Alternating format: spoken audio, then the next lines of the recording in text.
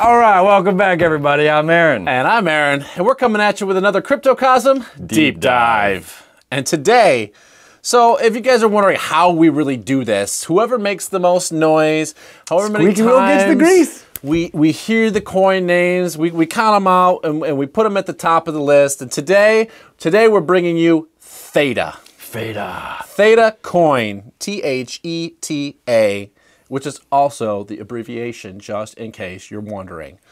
Theta, we have decentralized video streaming services. It's a mouthful. And Decentralized video streaming services. Well, let me break it down for you. I just hear YouTube. If YouTube could benefit from it. So it's the service itself, which is, I think, really the revolutionary piece here. So it's the technology behind the scenes. So a service like YouTube, or a service like Netflix, or a service like Twitch, video game streaming, any type of video streaming, it's the technology behind it that is empowering the system.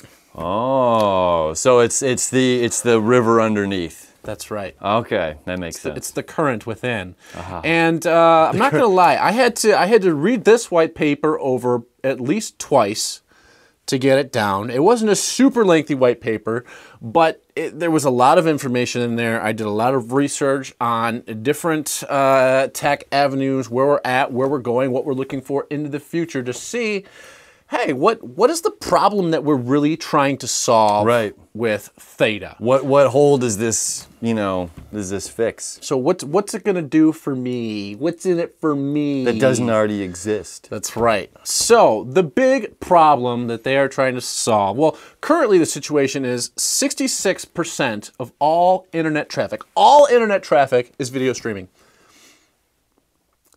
And 50% of that probably comes from my cell phone while I'm at work. Just kidding. Maybe. But Erase, edit that out.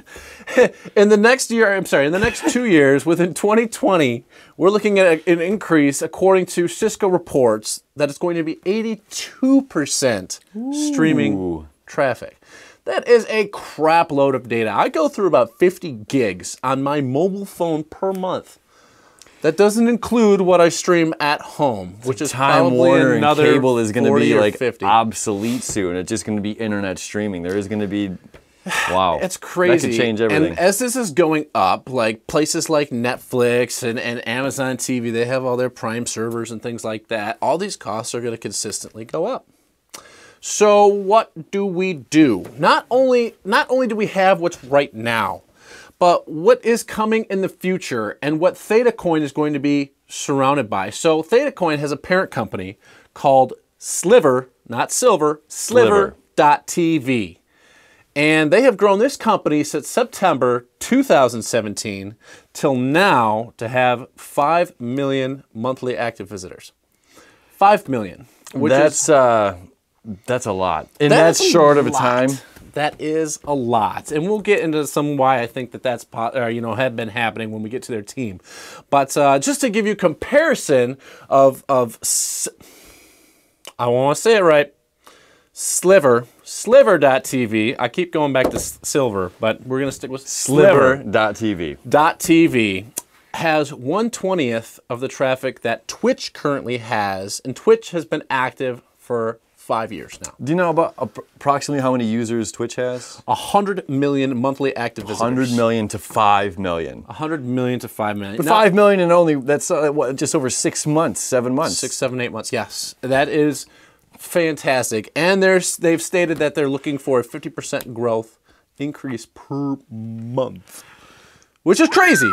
I mean, they've got to have some serious marketing power, pull power in there. And they're lining up some good partnerships, but I don't want to get to that yet. So we're still talking about our problem. So 82% the increase in network traffic. What we're also looking at is an increase of VR technology.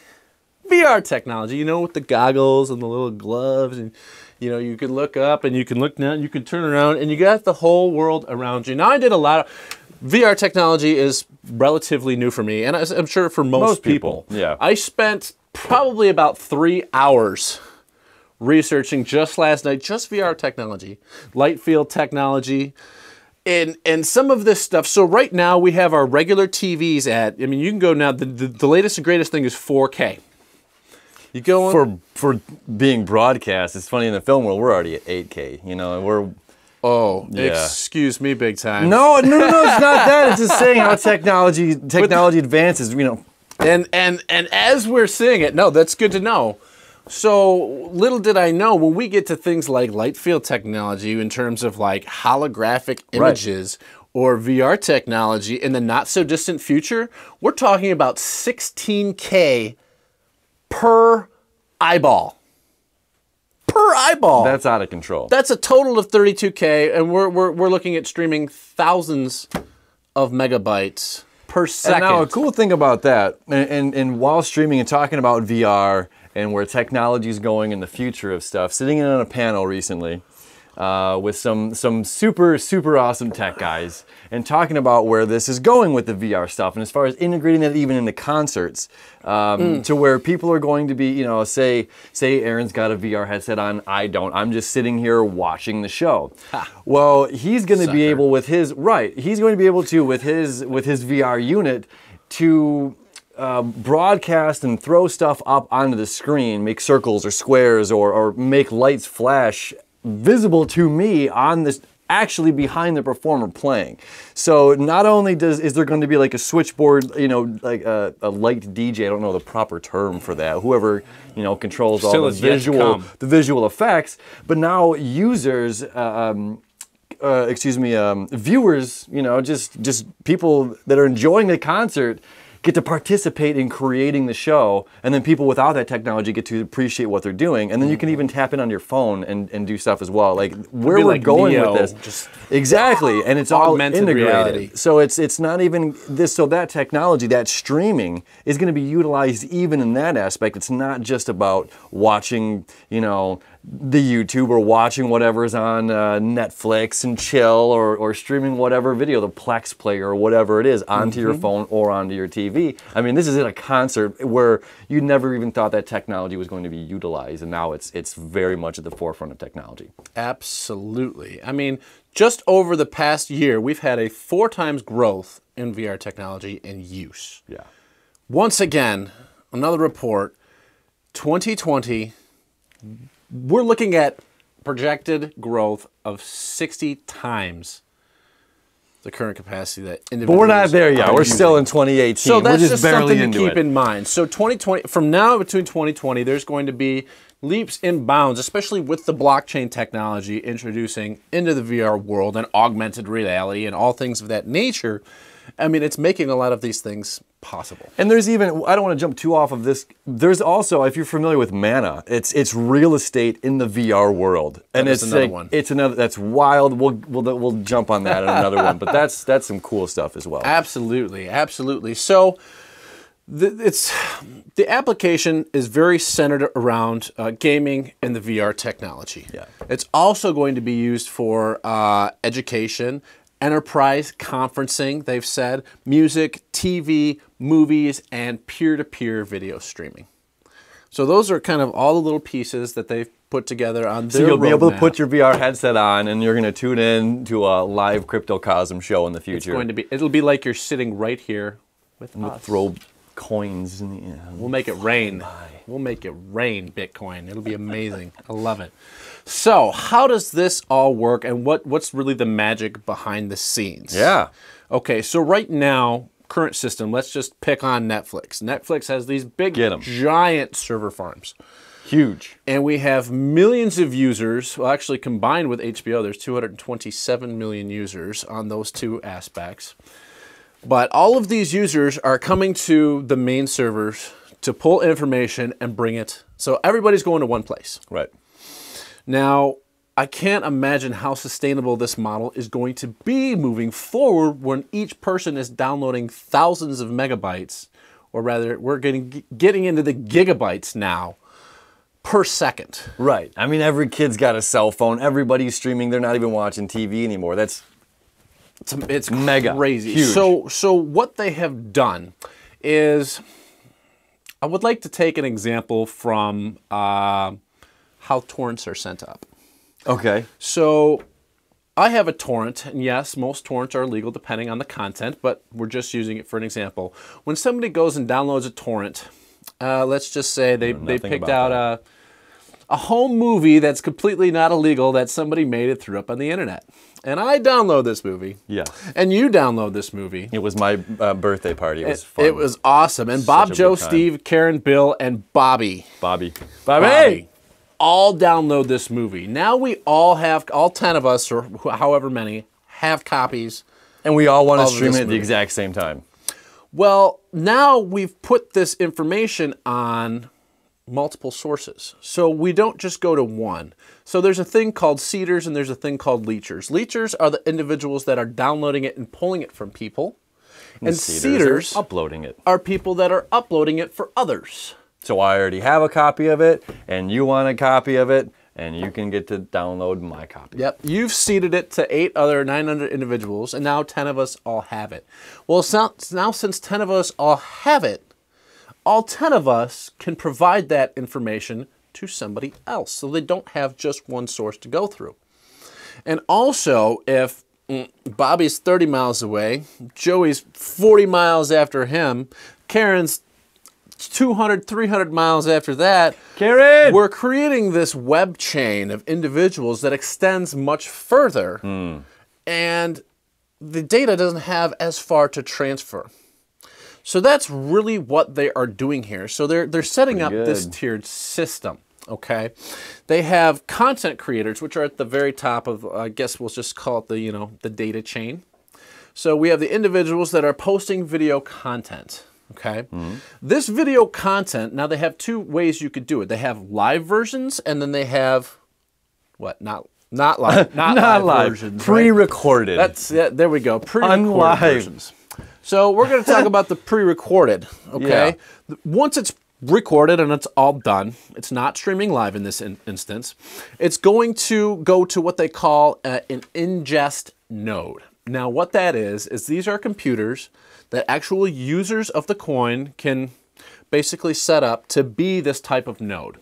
So this computer plays a role. And what this computer does is it takes that video, and you know on Netflix when you can select the little button on there if you want 360p, if you want, 480, 1080, thank you, 1080, 4K, however high resolution you want. Well, these ingest nodes set it up to the point where it takes this video and it spits out different formats, okay? Then those different formats go to the next layer. The next layer is those caching nodes. Now these caching nodes are basically nodes that pull the information so it can seed out to all these other individuals. So we have this network of caching nodes or seeding nodes.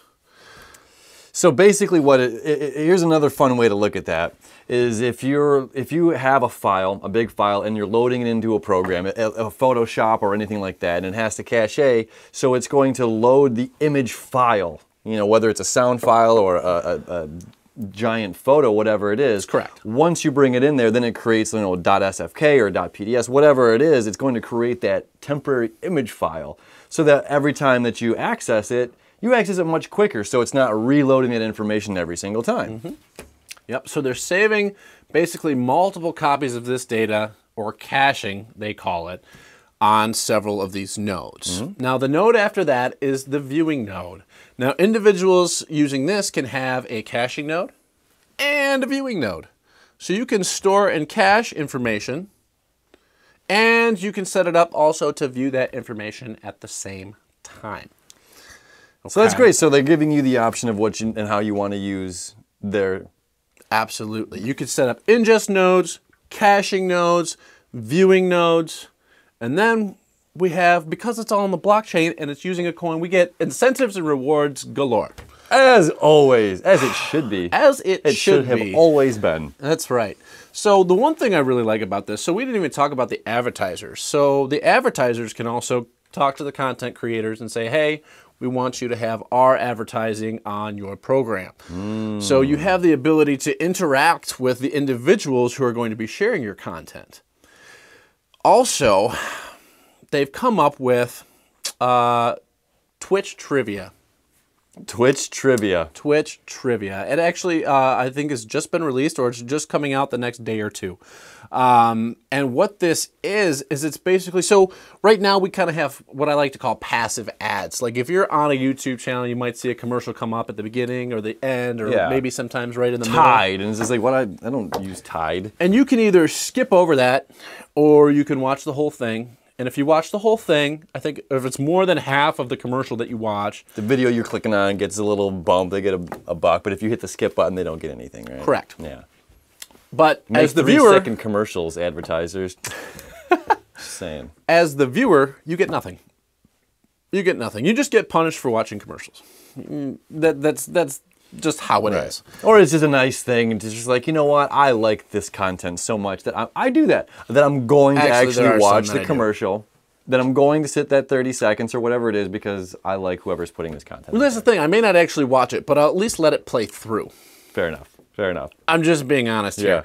But that's the exact reason we have, and they come up with a proof of engagement. Now, with the trivia questions that they have, if they have some sort of advertising or marketing going on, it's interactive to the point where if you answer a question, or if you were like, oh, what color shirt was he wearing in the commercial or whatever, and it was red, and you click the red button, then you get incentives as the viewer for watching the advertising, which I just think is awesome. That's pretty cool.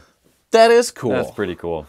So there's more applications that are being developed here. And as the viewer, as you're engaging with this, you're also verifying transactions on the blockchain. You're mining as you're verifying these commercials. You're mining as you're caching information on these nodes. You are mining by watching material through this streaming content. And you are getting rewarded as a viewer, you are getting rewarded as a cacher, you are getting rewarded as an ingest node, and you are getting rewarded as an advertiser.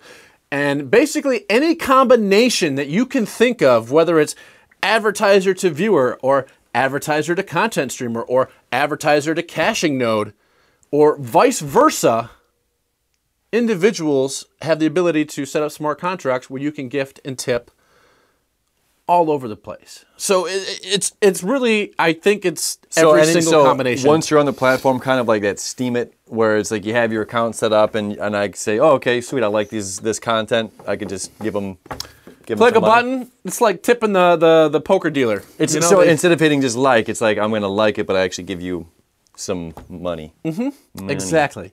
And that's any combination with any of these roles, which I think is really interesting. That's great. That's awesome. awesome. There's incentives on all around. There's incentives for the advertiser. There's incentives for the creator of the content. There's incentives for the watcher.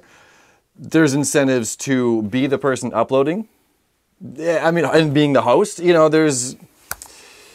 that fills a big leaky crack in our boat here that we've never been exposed to before. We've never. You know, it's one of those things, too, that's just like we almost didn't know that crack existed because we didn't have a solution for it. We never know it could exist. Right, so we were just slowly getting water. Right. And all this, slowly drowned by here's a cool way to shake it up a bit. So they have also found by the proof of engagement, actually, users have come up and started to increase their watch times by 40%. Wow. 40%. That's a pretty that blew me away. You know, that makes me happy for another reason as well. Like, we have the attention span of a goldfish here in 2018. I don't know what happened. You know, maybe it's like the high sugar content of everything that we eat that, you know, everyone's just like, I need to be doing 6 things at once. This can't possibly keep my attention. But it is almost like it's forcing us to just meditate. Focus. Just all those 30-second commercials, if you want to ignore them, just, no, you want to pay attention to them though, because then you get, but what if it's like really hard? You ever seen like the count how many times the ball was passed, and then all of a sudden at the very end, they're like, but did you see the dancing bear? You know what I mean? You're like, wait a minute, you got me, man. So I can't imagine how hard those questions are going to be. I can't imagine that they have to be that It's a real doozy in order to keep individuals engaged. But so the technology behind it is awesome. I really think they're also going to, now they just mentioned this in a very small portion of their white page, very small portion of their website, what their future work is. And that's basically just a statement that says, hey, we can have the ability to have paid and premium content, and we can also have subscriptions and decentralized entertainment networks and we were just talking about this with a Substratum episode that we just did not too long ago, to where we're going to have the decentralized network and the decentralized Netflixes now competing with possibly the regular Netflixes. So this type of framework and architecture, because it's just a whole framework that anything could be built on top of, is going to be eligible. Like if they had Netflix come up and say, hey, we wanted to use your stuff, they would be open for that in the future. Let's talking about the team a little bit. Now, because this Theta coin kind of came out as a child company from the parent company, Sliver.tv, I got to think about that one every time I say it to make sure I don't slip up there. Sliver.tv is, it seemed like the team that they mentioned on their website was lacking. Like, they have 4 individuals that are their blockchain programmers. They have a leadership team which looked fantastic. We're talking about CEOs from 3 or 4 other companies and a slew of MIT graduates. All right. So we've got some geniuses and some big business guys on the leadership team itself. Sounds good. The advisor team. Now, the top 5 streaming companies in the US are Google, Facebook, YouTube, Lively, that's Live.ly. We have Twitch, and is that 4? 1, 2, 3, 4. Yes. What's the 5th one? The 5th one is Facebook. I'm sorry. Said Facebook. There we go. Okay, then I got all 5. Excellent. So those are the biggest streaming companies in the US now. Now, their advisement team has co-founders from YouTube and Twitch, and another giant streaming company that's not one of the top 5, but is a giant streaming company nonetheless for gaming, and that's Plays.tv. Plays.tv. Plays.tv. So they have some of the major, biggest co-founder players on their advisement team. But then the rest of their team is just 4 individual blockchain programmers. So it leads me to believe that maybe because this parent company, as I'm going through researching these things, holds a lot of their programming individuals, and that's where maybe some of the base work is coming from. It's hard to tell. Or is this one of those, once you get the concept down and the engine works, then you just need, you know, that you need the farm, you just need the factory to host it, you know. And they might just need the blockchain people to take it from there. Right. That's what it looks like. So it's hard to say. You definitely have to go through and kind of check out the team and make some notes and really see for yourself. Always do your own research when working with these coins and figuring out whether it's the right fit for you or not. What are they at right now? What price range? Right now, so they started off in ICO at 12 cents. And how long ago did you say? September of 2017, right? That was Sliver TV that Sliver came out TV. in September 2017. Ah, right, with their 5 million So January, hits. their ICO ended, and they raised $20 million. Okay. And each coin was worth approximately 12 cents. Right now, the current circulating supply is 600 million. Oh. Total cap of 1 billion. Those are good numbers.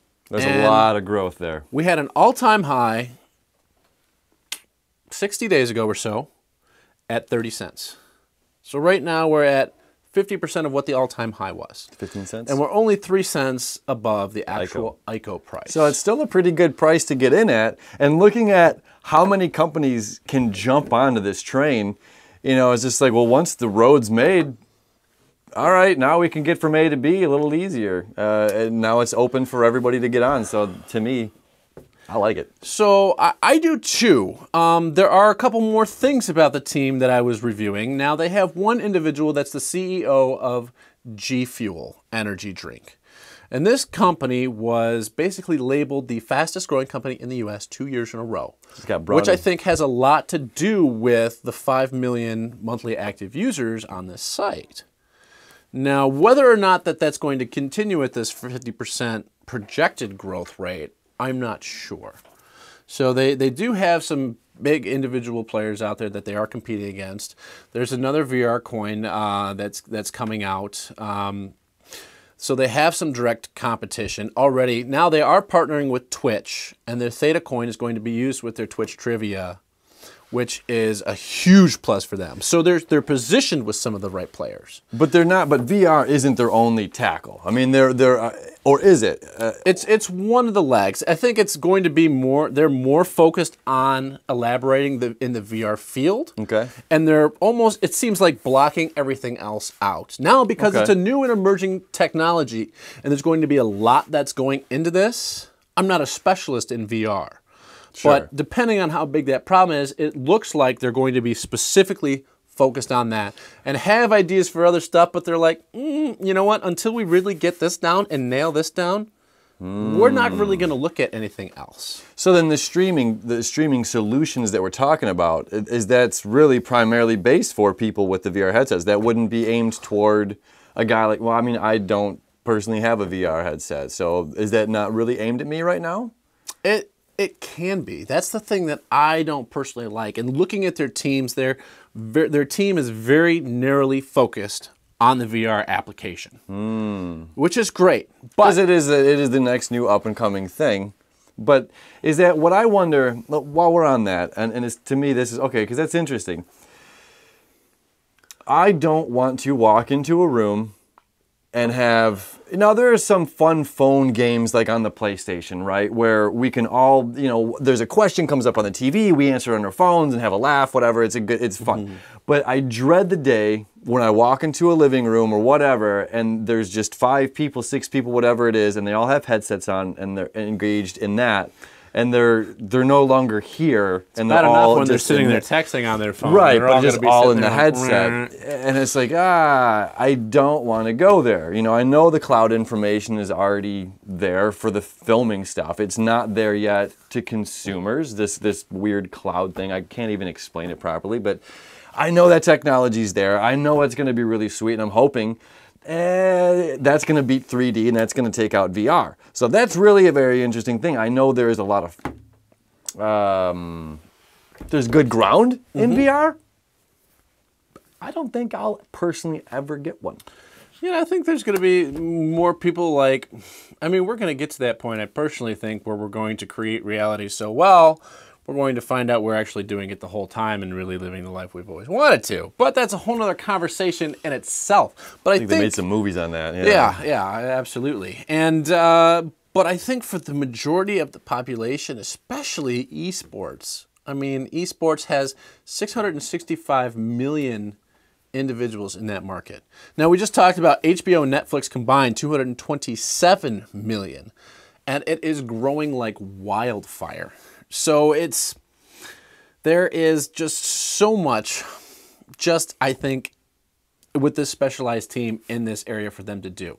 What I would have liked to see, if there was anything, was them to have a bigger team to be able to sprout into all these areas. What I think will actually personally happen is maybe they'll get bought out by one of the bigger names. And they'll take their VR technology and then they'll combine it with this, that, and the other. And they'll use it for all the other things that it could be used for as well. But I don't think that team has the powerhouse and the business minds to be able to expand into all those areas.